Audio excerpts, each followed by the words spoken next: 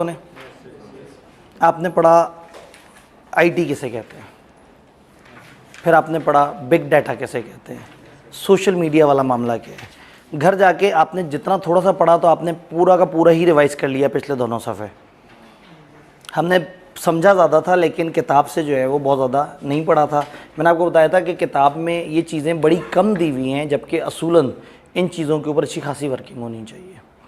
ये बड़ी अहम चीज़ें हैं और इस वक्त मूविंग फॉरवर्ड बिजनेसेस को अपने फ्यूचर में आईटी के इन टूल्स को ज़रूर यूज़ करना है।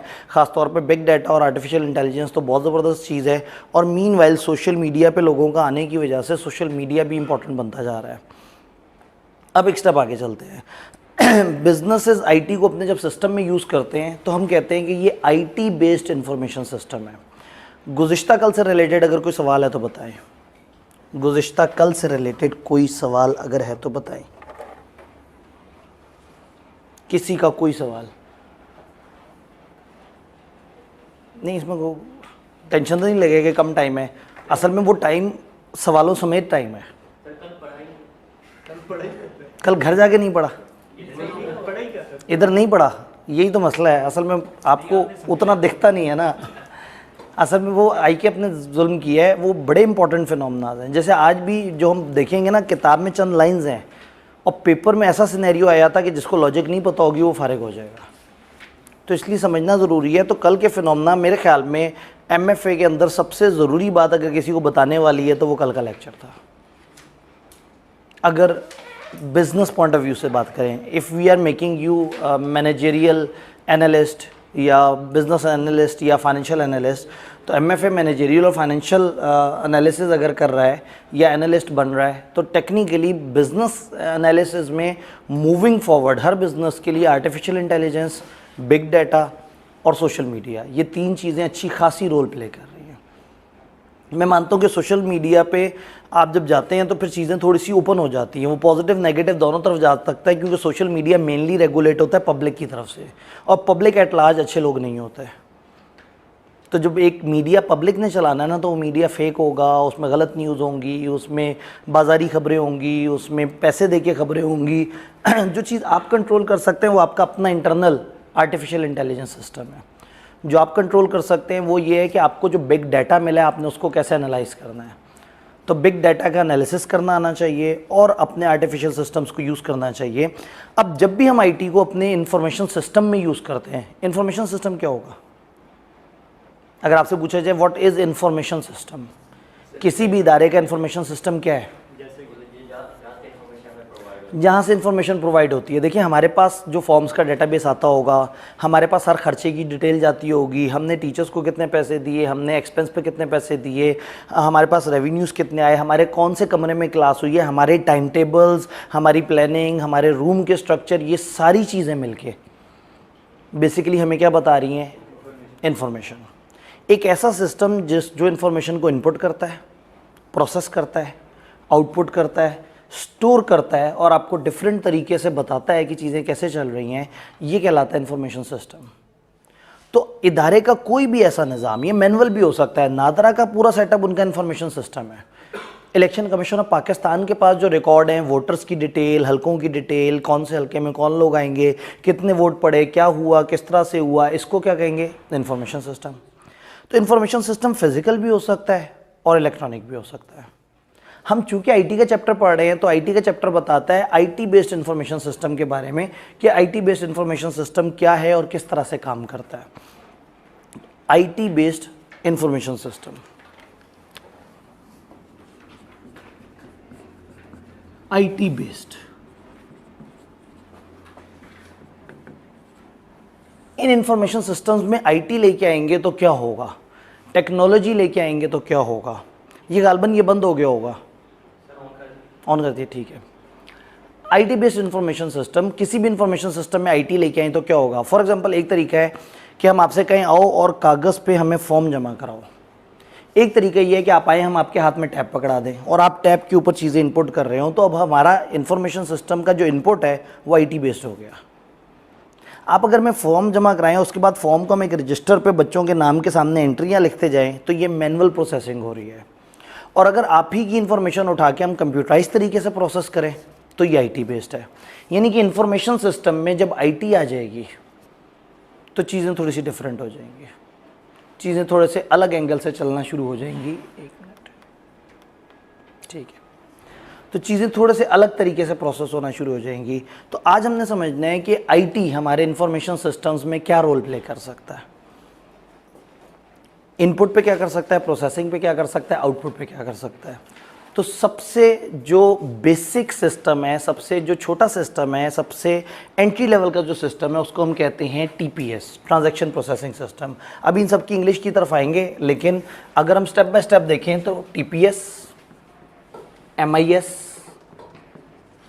डीएसएस, ईआईएस और देन एक्सपर्ट सिस्टम, ये चंद मेन ऐसे सिस्टम हैं जो ऑर्गेनाइजेशंस में इस्तेमाल हो रहे होते हैं।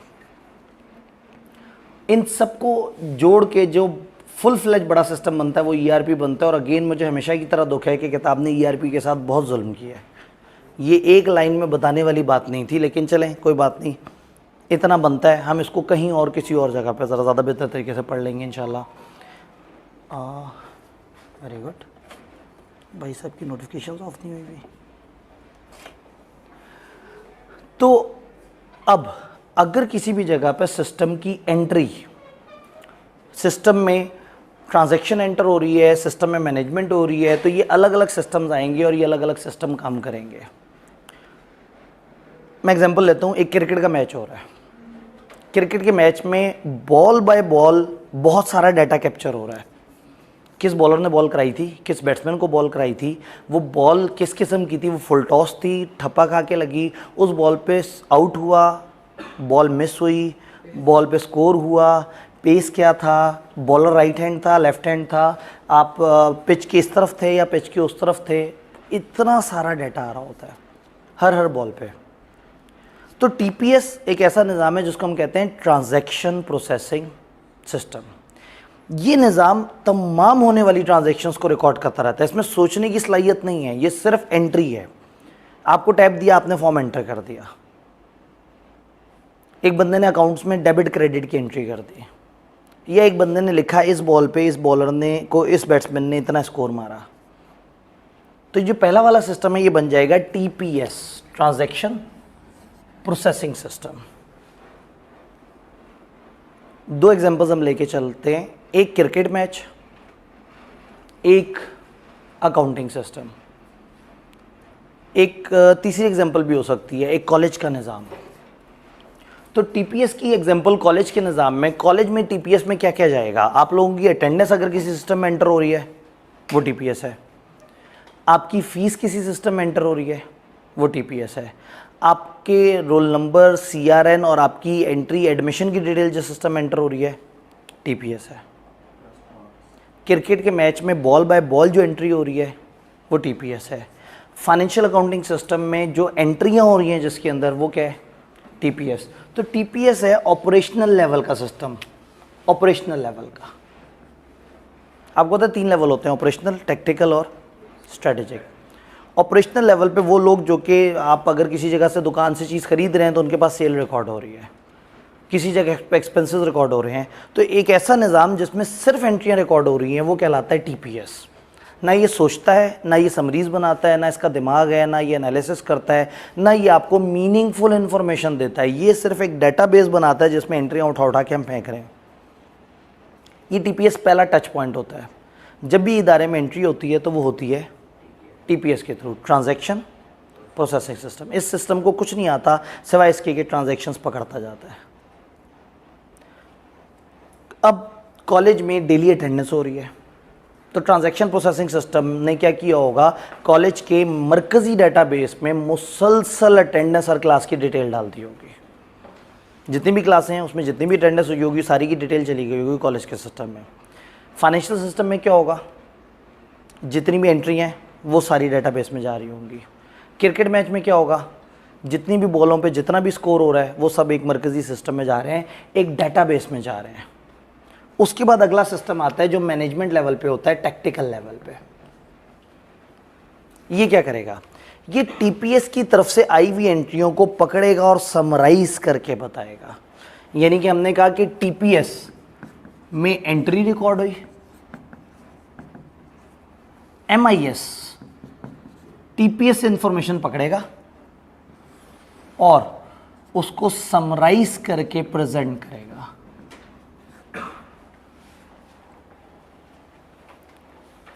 पैंतालीसवें ओवर में कैप्टन ने डिसाइड करना है कि वो ओवर कराने के लिए किस बॉलर को दे, तो वो TPS से डाटा नहीं लेगा, वरना 45वें ओवर तक अगर 44 ओवर या 45 ओवर्स गुजर चुके हुए हैं तो अकॉर्डिंगली तकरीबन 270 बॉलिंग फेंकी जा चुकी हैं, तो TPS में 270 बॉलों का रिकॉर्ड होगा, 270 एंट्रियाँ होंगी। इन 270 एंट्रियों को देख के इस टाइम पे मैनेजर डिसीजन नहीं ले सकता। मैनेजर को इन 270 बॉल्स का एक समराइज डाटा चाहिए। तो शायद उसके पास एक टेबल आ रहा हो कि हमारे अभी तक ये 4-5 बॉलर्स हैं, इसने 6 ओवर कराए हैं, इसने 7 ओवर कराए हैं, इसने 9 ओवर कराए हैं, इसने 5 ओवर कराए हैं, इसने इतने ओवर कराए हैं, इसको इतना स्कोर पड़ा, इसको इतना स्कोर पड़ा, इसको इतना स्कोर पड़ा, इसकी ये एवरेज है, इसकी ये एवरेज है, इसकी ये एवरेज है, इसने इतनी विकेट्स ली हैं, इसने इतनी विकेट्स ली हैं।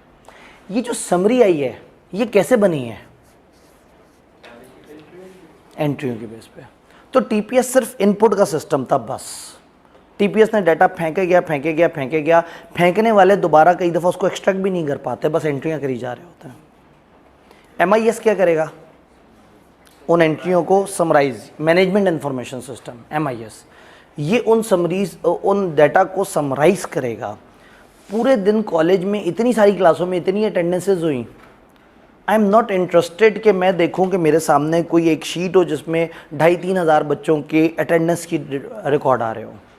आई वुड बी इंटरेस्टेड कि मुझे डे एंड पे एक समरी बनाई जाए कि भाई आज 27 क्लासें हुई, इस वाली क्लास में 80% अटेंडेंस थी, इसमें इतने परसेंट थी, इसमें इतने परसेंट थी, इसमें इतने परसेंट थी। मेरा दिल करे तो मैं किसी क्लास के अंदर एंटर होकर उसकी अटेंडेंस देख सकूँ, लेकिन if I am a manager तो मुझे कंसर्न एंट्रियों से नहीं है, मुझे कंसर्न है पिक्चर से। बात समझ रहे हैं? मुझे समराइज पिक्चर मिलनी चाहिए। तो MIS क्या करेगा? वो समराइज पिक्चर देगा। क्रिकेट मैच में समराइज पिक्चर देगा, कितने ओवर हुए हैं, बैट्समैन की समरी भी मिल सकती है, बॉलर्स की समरी भी मिल सकती है। ये सब तब मिलेगा अगर इन लोगों ने सही काम किया होगा। इन्होंने सही काम नहीं किया, क्योंकि ये TPS से एक डाटाबेस में एंट्रियाँ फेंके जा रहे हैं, MIS उस डाटा से पकड़ के चीज़ों को एक ख़ास तरीके से समराइज करके आपको दिखा रहा है। फाइनेंशियल अकाउंटिंग सिस्टम में TPS के बाद MIS क्या कर रहा होगा? लेजर्स बना के, ट्रायल्स बना के दिखा रहा होगा। वहीं से डाटा पकड़ेगा, उनको जोड़ के मीनिंगफुल तरीके से मिस्टर मैनेजर के सामने और टेक्निकल लेवल के बंदे के सामने रख देगा कि ये है इन्फॉर्मेशन। इससे अब ऊपर क्या होगा, यहाँ तक बात समझ आइए। ऑपरेशनल लेवल पे ही एक दूसरा सिस्टम होता है, टेक्निकल लेवल पे ही एक दूसरा सिस्टम होता है MIS की तरह का, उसका नाम होता है DSS, decision support system. Decision support system. Decision support system क्या करेगा? आपके डिसीजंस को हेल्प करेगा, लेकिन ये उन्हीं मैनेजर्स को हेल्प कर रहा है जो MIS लेवल के हैं, टेक्निकल लेवल के। कैप्टन जो है वो बॉलर को बॉल देते हुए समझाना चाह रहा है कि यार ये इस बंदे ने आतंक मचाया हुआ है, पिछले 25 ओवरों से अकेले खेली जा रहा है, 125 स्कोर कर चुका हुआ है, ये खेलता गया तो हम तो हार जाएंगे। वो उसे बताना चाह रहा है कि तुम इसको किस जगह बॉल कराओ, ये इसका वीक एरिया है इस मैच में। MIS ये शायद नहीं बता पाएगा, और अगर बताने की कोशिश भी करेगा तो इतने डिटेल डाटा में होगा कि आपके लिए थोड़ा सा मुश्किल हो जाएगा। तो कितना मज़ा आए कि उसके पास एक ऐसा टूल हो कि वो वैगन व्हील डायग्राम बना ले। ये क्या होती है? बैट्समैन दरमियान में खड़ा हुआ है और ऐसे ऐसे करके जो है यूं बॉल उछल के उधर गई, ऐसे गई, ऐसे गई, एक पूरी डायग्राम मिलती है। एक ऐसी डायग्राम जिसको देखते साथ ही मेरे जैसा बंदा जो क्रिकेट की बहुत नॉलेज नहीं रखता, उस डायग्राम को देखते ही मुझे समझ आ जाता है कि ये वाले बैट्समैन को पीछे की तरफ शॉट मारनी नहीं आती, ये गली में बॉल नहीं फेंक पाता, ये लेग पे हमेशा बीट कर देता है। ठप्पा जितना पीछे होगा उतना चांसेस हैं कि ये ज़ोर से बॉल फेंकेगा बाहर। अब आप ये देखें कि वो एक डायग्राम कितने मीनिंगफुल अरेंजमेंट, मीनिंगफुल रिजल्ट दे रही है। उसमें और MIS में क्या फ़र्क है? डाटा उसके पास भी MIS का है, लेकिन वो MIS के डाटा को क्या कर रही है? ग्राफिकल यूज़र इंटरफेस में ग्राफ, चार्ट, समरी, डायग्राम इस तरह से करके पेश कर रहे हैं। तो ये कहलाता है DSS। DSS में टूल्स होते हैं। DSS में यूँ समझें कि ये MIS प्लस एनालिसिस है, एनालिटिकल टूल्स है।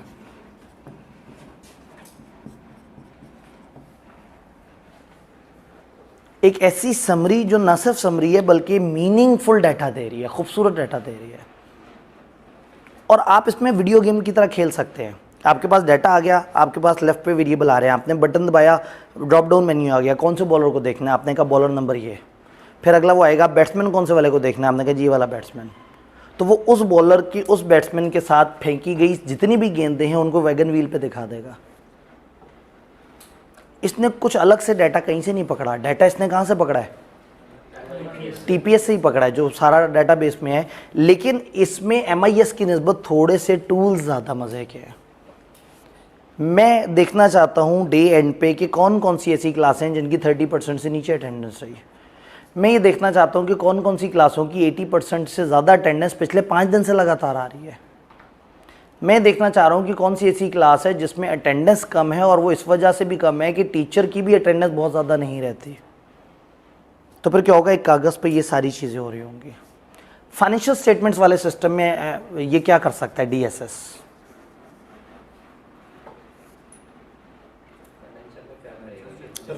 फाइनेंशियल स्टेटमेंट्स में आपके सामने सारा ट्रायल आया हुआ है, वो तो एमआईएस से आया हुआ है।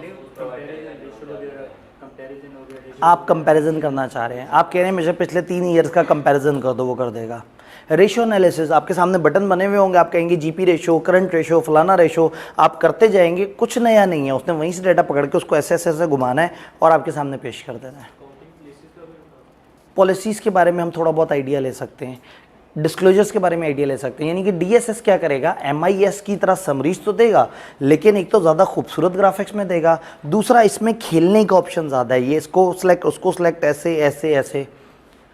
जब टीवी पे क्रिकेट मैच चल रहा होता है, जो कमेंटेटर्स हैं और उनके पास बहुत सारे ऐसे लोग होते हैं जिनसे वो बहुत सारे एनालिसिस जनरेट करवा सकते हैं, क्योंकि उन्होंने तबसरा करना होता है। अगर एक बॉलर बॉल कर रहा है और अब चीज़ें स्लो हो गई हैं और वो एनालिसिस देना चाहते हैं, तो कहते हैं भाई इस वाले बॉलर का इस वाले बैट्समैन के अगेंस्ट पिछले 10 ओवर्स में बता दो क्या हुआ है। तो सम टाइम पहले 10 ओवर में क्या हुआ, अगले 10 ओवर में क्या हुआ, अगले 10 ओवर में क्या हुआ, प्रेजेंट हो रहा होता है।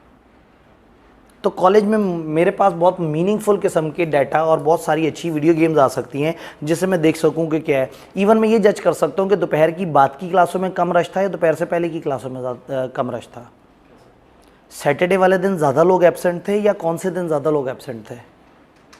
तो एमआईएस के साथ थोड़े थोड़े से एनालिटिकल टूल्स, ये बात समझ आई जी। कॉरेस्पॉन्डिंग फिगर्स को कह सकते हैं कि कह सकते हैं करस्पॉन्डिंग फिगर्स है तो एमआईएस की डिटेल। लेकिन अगर आप करस्पॉन्डिंग फिगर से, मतलब मैं 2 ईयर्स का डाटा मेरे पास एमआईएस से मौजूद है, मैं उसे कौन ज़रा कंपैरिजन कर दो, तो मज़े की बात है कि एक शीट जनरेट हो जाए जो कहे कि सेल्स में इतने % इजाफा हुआ है, परचेज इतने % कम हुई है, कॉस्ट ऑफ सेल्स के साथ ये हुआ है, फलाना के साथ ये हुआ है, फलाना के साथ ये हुआ है। तो ये एमआईएस कर नहीं रहा था, एमआईएस में दिमाग नहीं है। एमआईएस सारी चीज़ें पकड़ के, आपने उसे कहा होता है बस यूँ टेबल बना दो, वो पकड़ता है और टेबल बना के दिखा देता है। डीएसएस में थोड़ा सा दिमाग है, दिमाग उतना है जितना आपने क्लिक कर करके उसमें डाला है, लेकिन एमआईएस उतना एनालिसिस नहीं कर सकता। डीएसएस में पीछे सिस्टम मौजूद है जो डिफरेंट वेरिएबल्स को पकड़ के उनके साथ मुख्तलिफ तरह से प्लस माइनस करके डिफरेंट इन्फॉर्मेशन जनरेट कर सकता है। Clear sir? एक सर जो मैनेजमेंट लेवल पे सर अगर वो डाटा लिया सर इंफॉर्मेशन सिस्टम से, सर जब वो डाटा ले तो वो तो एक मैनेजमेंट इंफॉर्मेशन सिस्टम लेवल पे डाटा में सर चाहे समराइज हो, ठीक है। जब वो उसके ऊपर डिसीजन लेगा सर वो ऑटोमेटिकली मतलब कि वो खुद वो डिसीजन सपोर्ट सिस्टम पे आ रहा होगा, वो तो होगा तो वही डाटा है। देखिए, अगर एमआईएस का डाटा है, इन्होंने बड़ी अच्छी बात की, इन्होंने कहा देखें अगर डाटा एमआईएस के और एमआईएस का डाटा देख के एक बंदा डिसीजन लेता है तो ये तो डिसीजन सपोर्ट सिस्टम हो गया। ये डिसीजन उसने मैनुअल लिया है, आईटी नहीं है इसमें। और एमआईएस आईटी का सिस्टम है, हम पढ़ रहे हैं आईटी बेस्ड इदारों में, तो ये काम कई दफ़ा हो रहे होते हैं। भाई मेरे सामने अटेंडेंस अगर मैनुअल भी आए और किसी ने मैनुअली भी उसकी समरी बनाई हो तो भी मैं डिसीजन ले सकता हूँ। लेकिन अगर मेरे पास इलेक्ट्रॉनिक तरीके से कंप्यूटराइज्ड वे में समरी आएगी तो मैं कहूँगा ये एमआईएस है। सेम गोज़ विद, मैं समरी उठा के दिमाग से एक मैनुअल डिसीजन लूँ विदाउट यूजिंग टेक्नोलॉजी तो वो मेरा एक ज़ाती अपना एक डिसीजन है। बट डिसीजन सपोर्ट सिस्टम एक ऐसे आईटी के टूल को कहेंगे, ऐसे एलिमेंट को कहेंगे जिसमें आईटी की मदद से मैंने डिसीजन लिया। यानी अगर मैं टेबल देख के और अपने दिमाग से एनालाइज करूं तो ये डीएसएस नहीं है।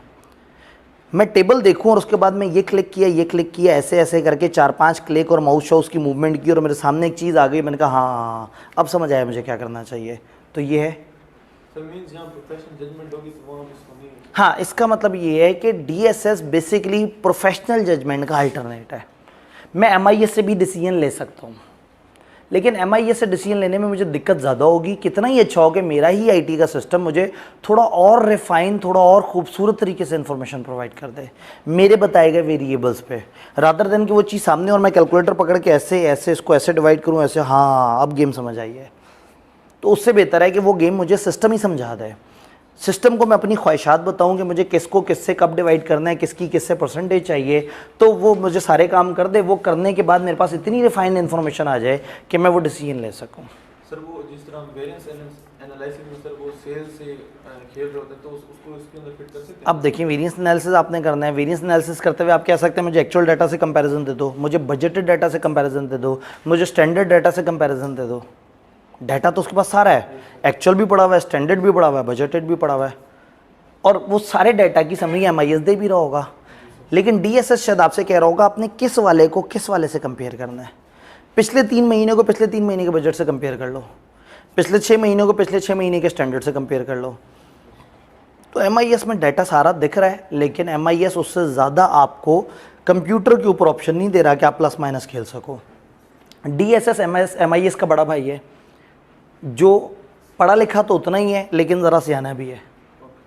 वो आपको ज़रा ज़्यादा बेहतर तरीके से इंफॉर्मेशन दे रहा है। इन सारे सिस्टम के ऊपर आता है फिर एग्जेक्टिव के लिए सिस्टम EIS। इसको ESS भी समटाइम बोलते हैं, एग्जेक्टिव को सपोर्ट सिस्टम, लेकिन EIS एक्सपर्ट को इंफॉर्मेशन सिस्टम दे रहा है। एक्सपर्ट के पास ना इतना टाइम भी नहीं है। पाकिस्तानी बोर्ड ने ये सोचना है कि श्रीलंका के ट्रिप के ऊपर जो है वो शाहीन आफरीदी को भेजें या ना भेजें। अब उनको हर मैच की डिटेल नहीं चाहिए, उनको हर मैच की समरी भी नहीं चाहिए, उनको हर मैच की वैगन व्हील डायग्राम भी नहीं चाहिए कि शाहीन आफरीदी ने किस बॉलर को कहाँ बॉलें कराई, उसके साथ क्या हुआ। इतना टाइम नहीं है उनके पास, उन्होंने ओवरऑल डाटा देखना है।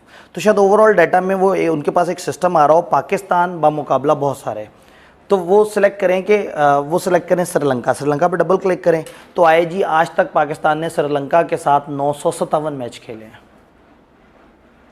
उसको डबल क्लिक करें तो फिर रिज़ल्ट आए कि 2008 में इतने खेले हैं, 9 में इतने खेले हैं, 10 में इतने खेले हैं फलाना।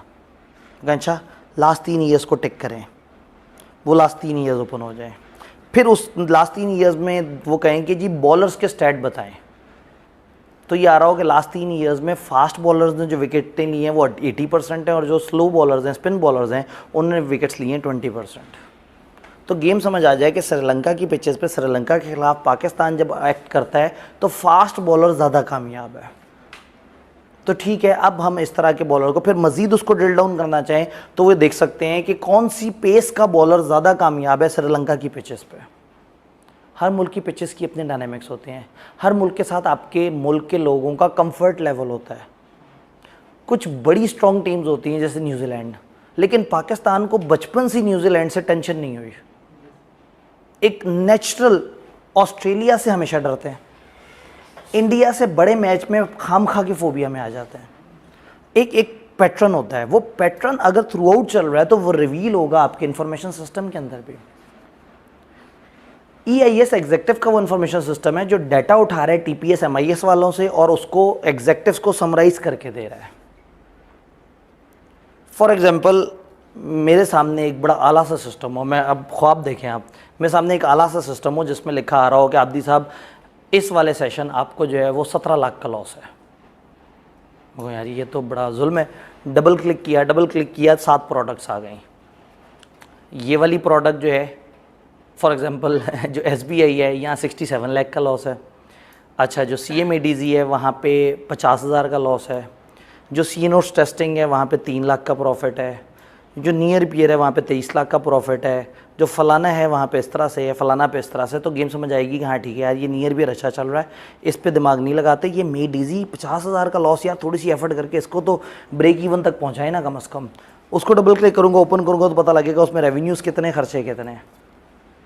रेवेन्यूज़ पे जाऊँगा तो बताएगा इस तरह से टीचर वाइज इतना रेवेन्यू है, प्रोडक्ट वाइज इतना रेवेन्यू है, प्री रिजल्ट में ये रेवेन्यू है, पोस्ट रिजल्ट में ये रेवेन्यू है, एक्सप्रेस बैजेस में ये रेवेन्यू है।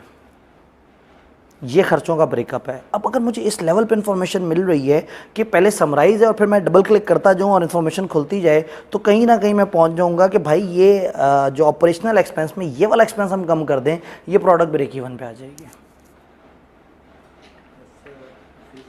जी, क्या ऐसा सिस्टम एग्जिस्ट करता है? मेजॉरिटी ऑफ द ऑर्गेनाइजेशन में सिस्टम एग्जिस्ट करते हैं। मैं छोटी सी एग्जांपल दूंगा। बैक इन 2014 स्कैंस के हेड से मेरी मुलाकात हुई। उन्होंने कहा जी वो हमारा जो है ना वो इस एरिया में हमें प्रॉब्लम्स आ रहे हैं और हमारे इन सब्जेक्ट्स में थोड़ी सी वीकनेस है, तो इसमें आपकी एक्सपर्टीज़ क्या है और आप इसमें हमारी क्या मदद कर सकते हैं। उस पर बातचीत हुई। फिर मैंने उनसे कहा मैंने सुना है कि आपके फ़लाना सब्जेक्ट का ना रिज़ल्ट काफ़ी कम आता है। उन्होंने कहा अब्दी साहब मैं तो असल में हेड ऑफिस में बैठा होता हूँ, ये तो नीचे ब्रांच लेवल पे बात हो रही होती, मुझे नहीं पता, लेकिन चलें देखने की कोशिश करते हैं। आपने कौन सा सब्जेक्ट बोला है? तो मैंने कहा फ़लाना। उन्होंने कहा अच्छा एक दफ़ा रुक जाए। उन्होंने अपने सामने इन्फॉर्मेशन सिस्टम खोला, उनके सामने इन्फॉर्मेशन में उनका पूरे पाकिस्तान का रिकॉर्ड आ रहा था। उन्होंने कहा आप लाहौर की बात करें? मैंने कहा हाँ। उन्होंने लाहौर पर क्लिक किया, लाहौर ओपन हुआ। उन्होंने कहा आप कौन से कैंपस की बात कर रहे हैं? अबू बकर कैंपस की बात करें? फ़लाना की। मैंने कहा सीए कहाँ हो रहा है? उन्होंने कहा फिर उस वक्त अबू बकर कैंपस में होता था। उन्होंने कहा अबू बकर कैंपस में हो रहा है। मैंने कहा उसे ओपन करें। तो कहते हैं कौन से सेशन की बात कर रहे हैं? मैंने कहा ये जो अभी गुजरा है ऑटम 2014। उन्होंने नहीं, उस वक्त स्प्रिंग 2014 गुजरा था, रिजल्ट उसके आए हुए थे। स्प्रिंग 2014 जनाब। उन्होंने वो सिस्टम ओपन किया। कहते हैं कौन से सब्जेक्ट की बात कर? मैंने कहा ऑडिट। वो ऑडिट में गए। उन्होंने कहा आप कौन से बैच की बात कर रहे हैं? 2 टीचर हैं, 3 बैचेज़ हैं। मैंने कहा ये वाले टीचर का ये वाला बैच। उन्हें ओपन किया, उस बैच की अटेंडेंस की डिटेल आ रही थी, उस बैच के कितने बच्चे पेपर में अपीयर हुए थे, उनमें से कितने पास हुए थे, इवन ये डिटेल भी आई थी कि कितने बच्चों ने कितने टेस्ट दिए। आई वॉज श्योर कि वो क्लिक करते जाएंगे और किसी भी एक बच्चे ने टेस्ट में कितने नंबर लिए और उसने कौन से सवाल में मार खाई वो तक लिखा हुआ नज़र आ जाना था। मैं कहा जी बस आप बंद कर दें, मतलब जो है ना ये जी।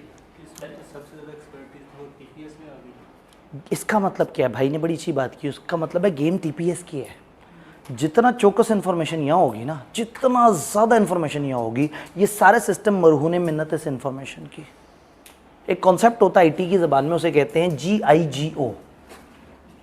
GIGO, garbage in garbage out. कचरा डालोगे तो कचरा निकलेगा।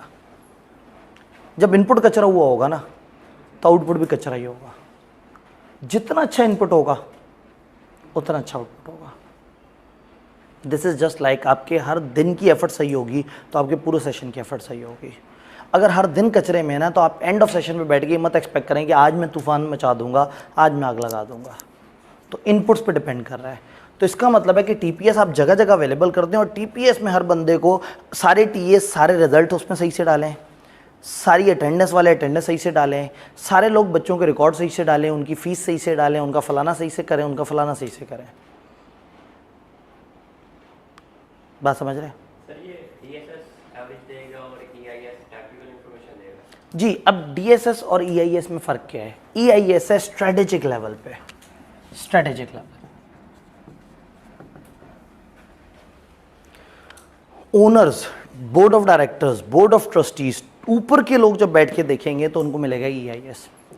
EIS includes DSS, includes MIS, includes CPS.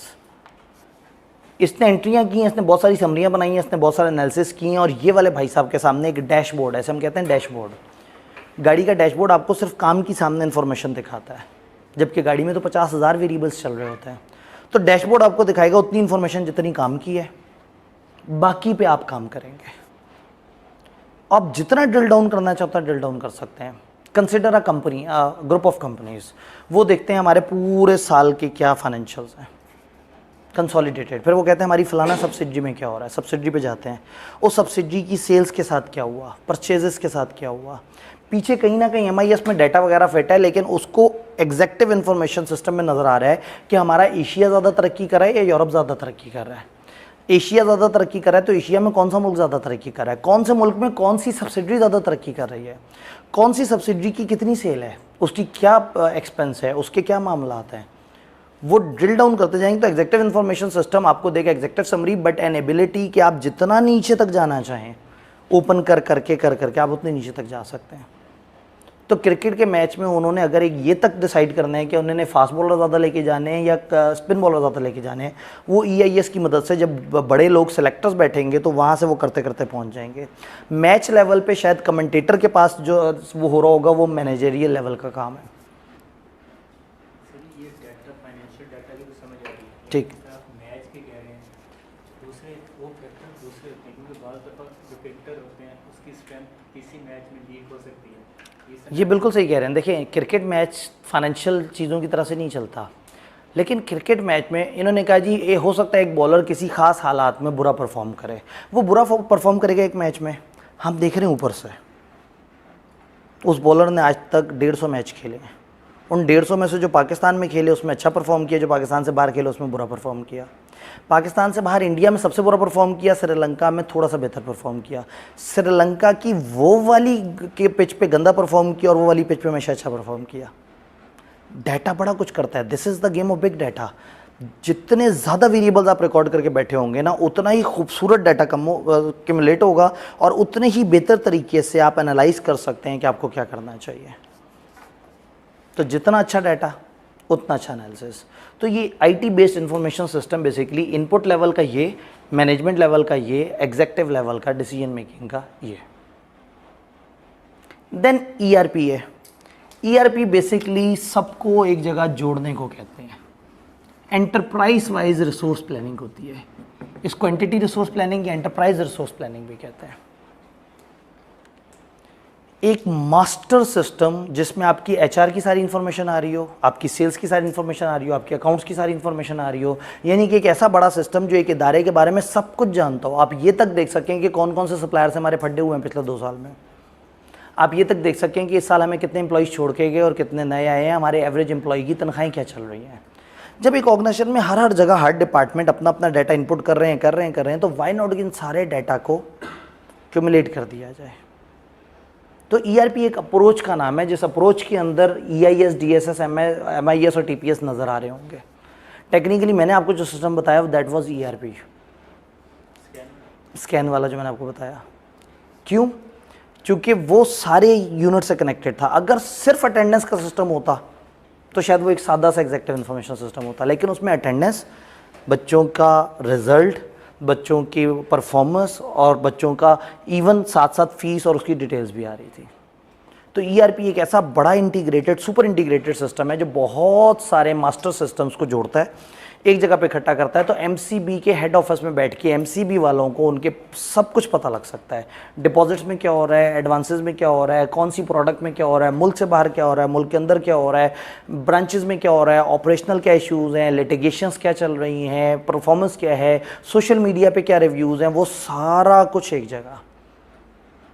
तो अगर हम IT को आहिस्ता आहिस्ता आहिस्ता आहिस्ता खूबसूरत बनाते चले जाएँ और डाटा को यूज़ करते चले जाएँ, तो ultimately what organization will get, उनको एक बड़ा कंप्रीहेंसिव सिस्टम मिल जाएगा विच इज़ ERP। और उस ERP के अंदर उनको हर तरह की इंफॉर्मेशन नज़र आ रही होगी। डन जी। हमने लाइट एम ही बंद की हुई है, प्रोजेक्टर तो चलाया हुआ नहीं, वो NP चलाना है। लाइट ऑन कर लेते हैं, थोड़ा सा रोशनी हो जाए जी। जब तक हम कहेंगे नहीं तब तक हमें इशू का पता नहीं चलेगा, क्योंकि डाटा इतना है। जैसे अभी आप डाटा इतना है, जब तक हम कहेंगे नहीं हमें इशू का पता नहीं लगेगा। ये भाई ने बड़ी कमाल बात कर दी कि अगर प्रॉब्लम आ रही है, फॉर एग्जांपल जब तक मैं देखूंगा ही नहीं, मुझे पता ही नहीं लगेगा कि कौन सी क्लास की अटेंडेंस खतरनाक हद तक नीचे जा चुकी है। बड़ा सही कहा। और मैं एक इंसान हूँ, मैं सोचता हूँ, मैं अपने मूड पे काम करता हूँ। कितना मज़ा है कि ये IT के सिस्टम में से एक ऐसा सिस्टम है जो मेरे पास आके मेरा कंधा ला के गया, पाई सो रहा है और वे 20% चली गई अटेंडेंस। एक ऐसा सिस्टम होना चाहिए। मैं एक सिस्टम को खा गया था। ये फिर इन सब का बाप है। ये खुद ही इंडिकेशन दे देता है। अब ये क्या है? क्या ये डाटा लेता है? नहीं। क्या ये डाटा देता है? नहीं। ये क्या करता है? ये इन सब में ऑटोमेशन लेके आता है। आप इसको इनमें से किसी के साथ भी अटैच कर सकते हैं। TPS के साथ अटैच कर दिया और उसको कह दिया कि जैसे ही एंट्री करते हुए डेबिट क्रेडिट में मसला हो, चपेट करानी है। कहने का मतलब है कि वो फ़ौरन से टू करके स्क्रीन पे आ जाएगा, भाई खुदा का खौफ करो, तुम्हारा डेबिट और तुम्हारा क्रेडिट टैली नहीं कर रहा। यानी मैं अगर ओनर हूँ तो मेरा एक नौकर सिस्टम में मौजूद है और वो मेरे TPS वाले बंदे को कह रहा है, यार क्या कर रहे हो, मेरा एक नौकर सिस्टम में मौजूद है, जैसी उसे एक समरी नज़र आई किसी भी क्लास की अटेंडेंस 50% से कम, ये फ़ौरन से एक ईमेल मुझे जनरेट कर देगा। मेरे मोबाइल पे नोटिफिकेशन आ जाएगी कि भाईजान सोते रह जाओगे, क्लास में 50% से नीचे अटेंडेंस हो गई है, क्या हो रहा है? मैं कहूँगा मेरी क्लास में कौन सी अच्छी अटेंडेंस है, बच्चे ही आजकल थके हुए आ रहे हैं, हमारा क्या कसूर है, ये ऑनलाइन पे चले जाते हैं। खैर वो एक बात की बात है कि हमने उस इशू को इंटरप्रेट कैसे करना है। बट एक्सपर्ट सिस्टम, आपको पता है मेरा मोबाइल इतना इंटेलिजेंट है, इसको सुबह सुबह पता लग जाता है कि मुझे उठने की ज़रूरत है, ज़ोर ज़ोर से चीखना चिल्लाना शुरू कर देता है। अच्छा मैं नींद में कहीं तंग आके ना इस पे ऐसे हाथ मारता हूँ, इतना चला के ऐसे पता लग गया है कि मैंने हाथ मार के बंद किया है। 5 मिनट बाद फिर से बोलना शुरू कर देता है, फिर मैं ऐसे बंद करता हूँ, फिर से बोलना शुरू कर देता है। इतना चालाक कैसे है ये? अलार्म की वजह से। इसको इतना चालाक मैंने बनाया, मैंने इसे बताया कि मुझे किस टाइम पे अलार्म चाहिए और मुझे कितने कितने मिनट बाद स्नूज चाहिए, मुझे अपना पता है। मैंने इसको समझा दिया कि भाईजान मैं तुम्हें बंद भी कर दूँ ना, तुमने 5 मिनट बाद फिर से शोर मचा देना है। This is expert system. Expert system इनमें से किसी भी लेवल पे काम कर सकता है, किसी भी लेवल पे ऑटोमेशन कर सकता है। एंट्री लेवल पे, समरी लेवल पे, एग्जीक्यूशन लेवल पे, प्रोसेसिंग लेवल पे। All you need to do is एक सेट ऑफ कमांड्स बता दें, इसे बता दें मुझे क्या करना है। फॉर एग्जाम्पल एक जगह पे अचानक से एक फैक्ट्री में चलते चलते मशीन बंद हो गई, सारे के सारे परेशान हुए और जनाब वो हुआ कि मशीन बंद हो गई, भाई करोड़ों का नुकसान हो जाएगा अगर एक दिन की हमारी प्रोडक्शन डिले हो गई। फ़ौरन से बात इधर उधर वो रिपोर्ट गई, वो जनाब इंजीनियर साहब तक बात पहुंची। इंजीनियर साहब अपने ऑफिस में टांग पे टांग रख के बैठे हुए थे, सुकून से सीज़न देख रहे थे, एक एसी के अंदर 5 लाख उनकी तनख्वाह है, रिलैक्स कर रहे हैं वो।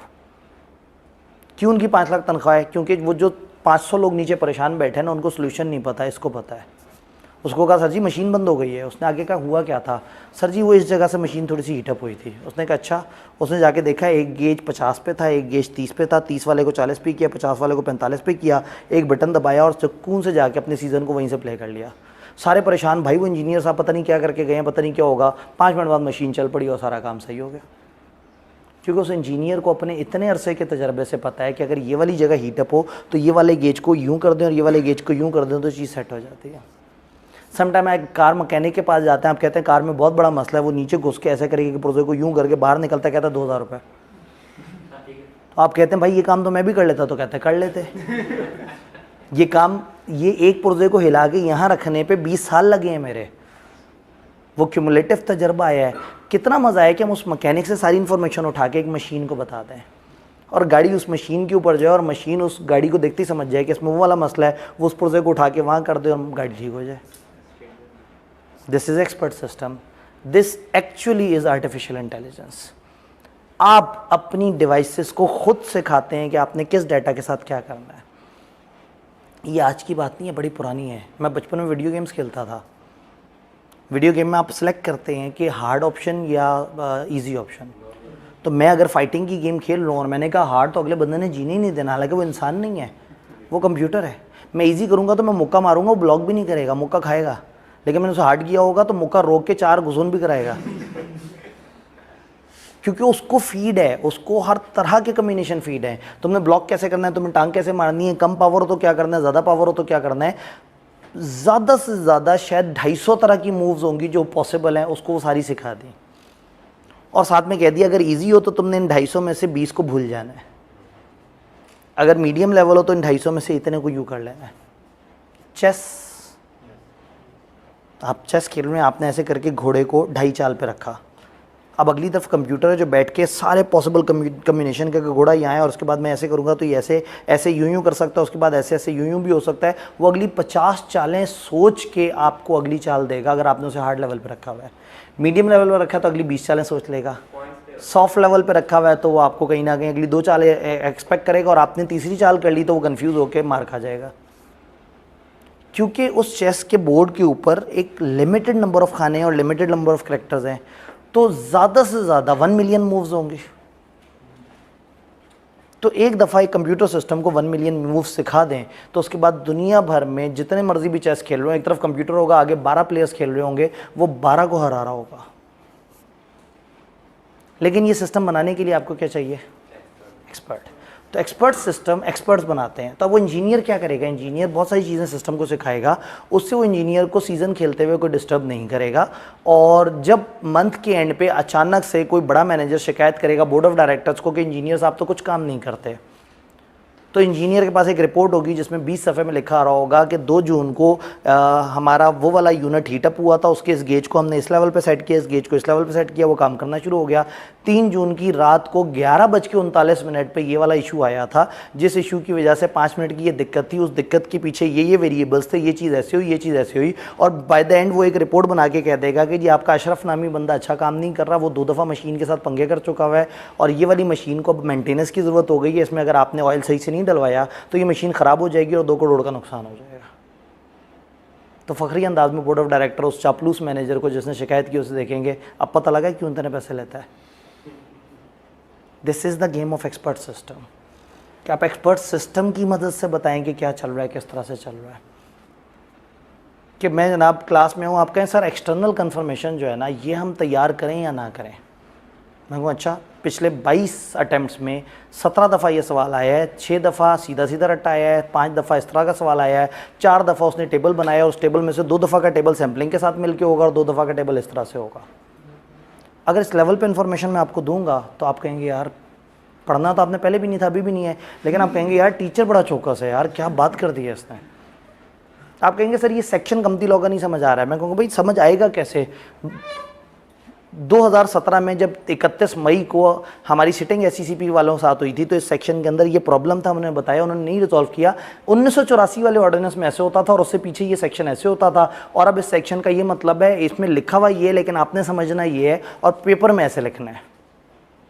अब ये सारी बातें अगर मेरे दिमाग से निकल रही हैं, वो उस दिमाग में कुछ स्टोरेज हुई हुई है, कुछ पुराना डाटा है, कुछ एक्सपीरियंस है, कुछ चीज़ों से मैं गुजरा हूँ, ये सारी चीज़ें मैं एक कंप्यूटर को सिखा दूँ और आर्टिफिशियल इंटेलिजेंस के तरीके से उसको एक चेहरा दे दूं, तो क्लास में एक रोबोट चल रहा हो और आपके सवालों के जवाब भी दे रहा हो, आपको पढ़ा भी रहा हो, आपको सारी चीज़ें कवर भी करा रहा हो, और जो है मैं अपने ऑफिस में बैठ के सीज़न देख रहा हूँ। तो इंसान खुद अपनी सहूलत के लिए एक्सपर्ट सिस्टम बनाता है और फिर खुद डर जाता है।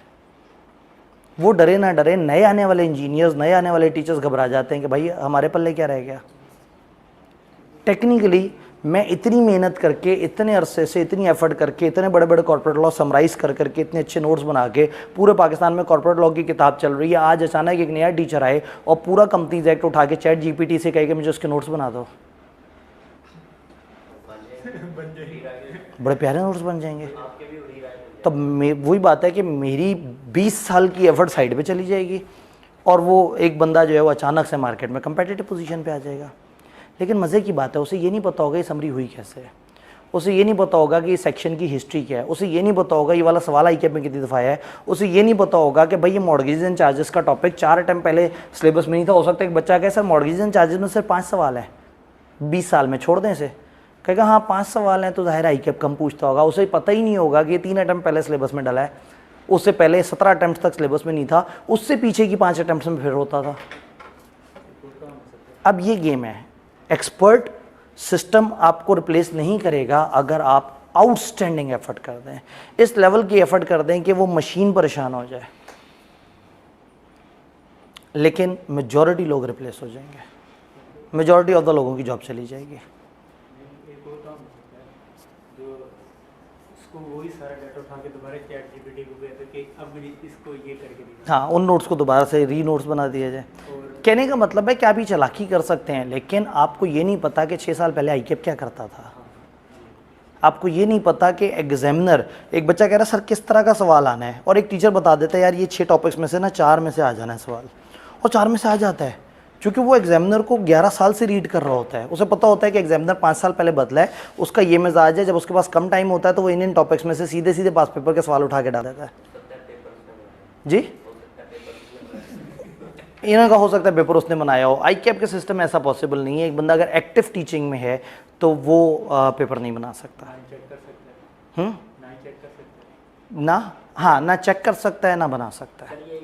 वो रिव्यू कर सकता है, वो एनालिसिस कर सकता है, वो उसके बाद तबसरे कर सकता है, वो एग्जामिनर कमेंट्स में हेल्प कर सकता है, लेकिन बाकी काम नहीं कर सकता। एक दफ़ा हाँ वो दिखाए जाएं, वो नहीं दिखाते, वो इदारे से पूछें, आप गलत बंदे से गलत बात पूछ रहे हैं, मैं तो इदारा नहीं हूँ इदारे का ही भाईजान। याद करें 700 साल पहले आपको नीचे आने का कहा था, ये जो है ना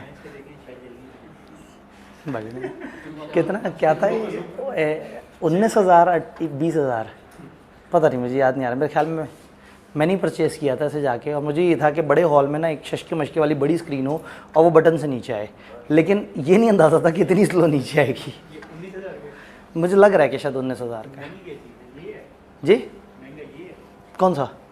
ये प्रोजेक्टर 4.5 लाख का है महंगा कौन सा है? इस वक्त जो है ना, और ये प्रोजेक्टर शायद साल पहले 70,000 का मिल जाता।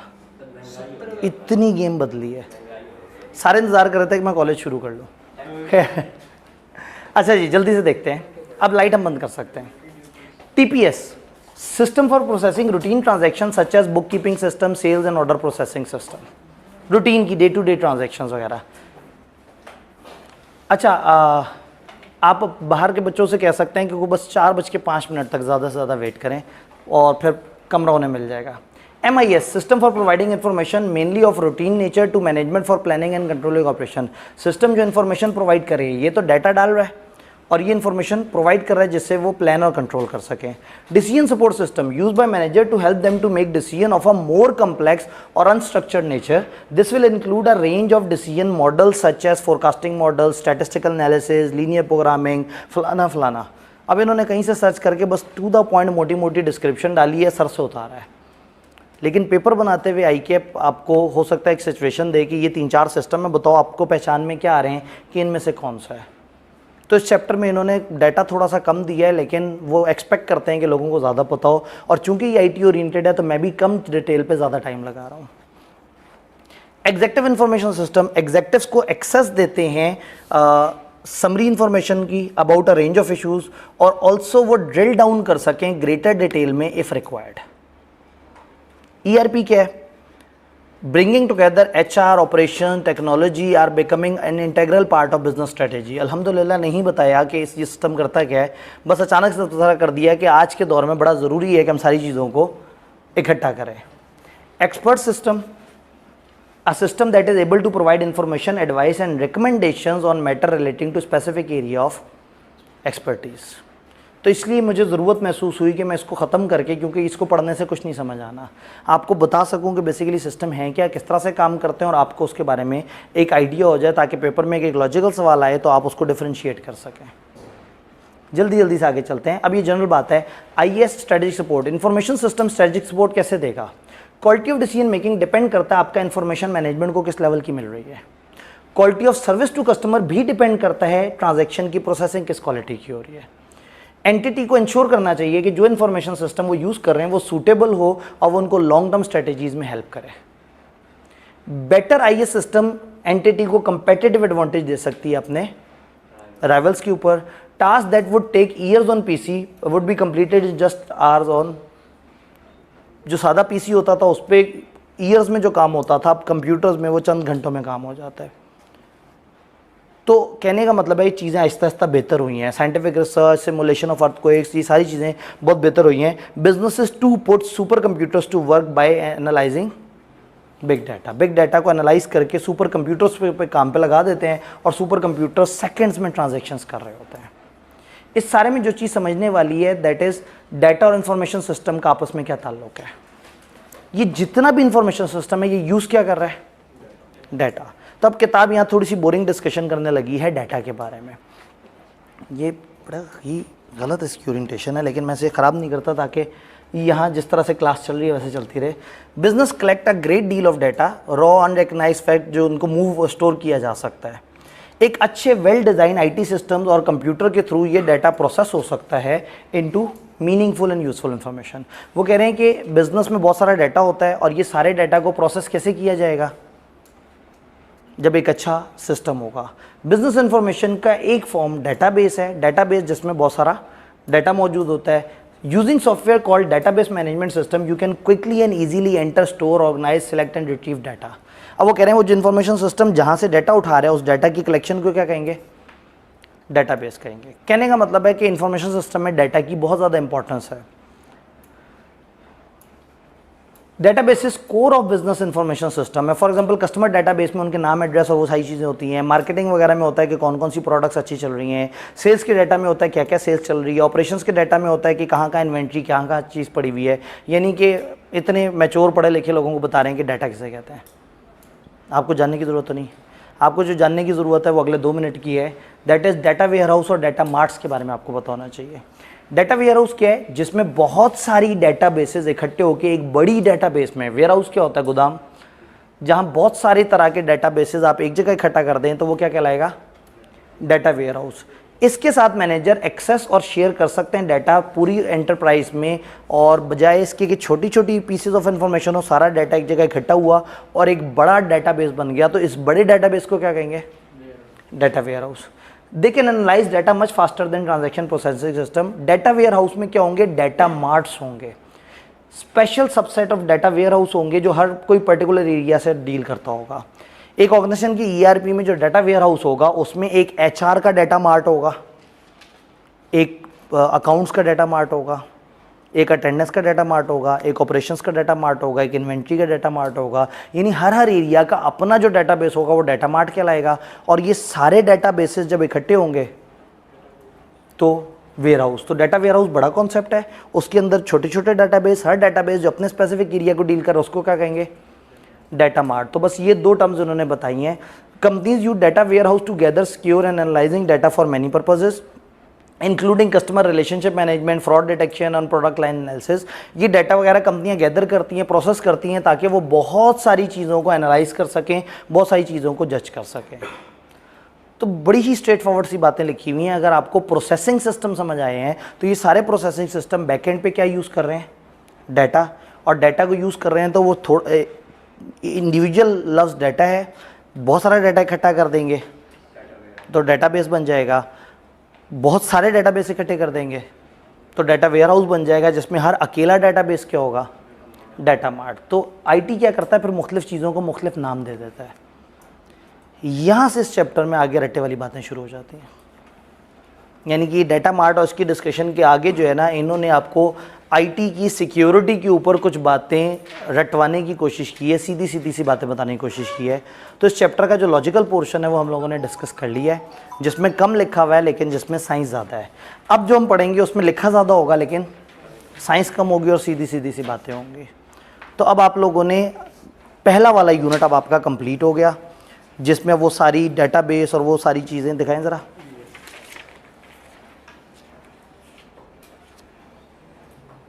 जी बिल्कुल, आप नेक्स्ट पेज पे नीचे तक पूरा पढ़ सकते हैं। इन्फॉर्मेशन ऑर्गेनाइजेशन स्ट्रक्चर का आपस में क्या ताल्लुक है, तो आप ये देखेंगे तो आपको नज़र आएगा कि ये एग्जैक्टली वही पुरानी बात है जो उससे पहले हम लोगों ने कहा था कि रीस्ट्रक्चरिंग हो जाती है, ऑर्गेनाइजेशन की शक्ल बदल जाती है, ये उस तरह की बातें मिलेंगी।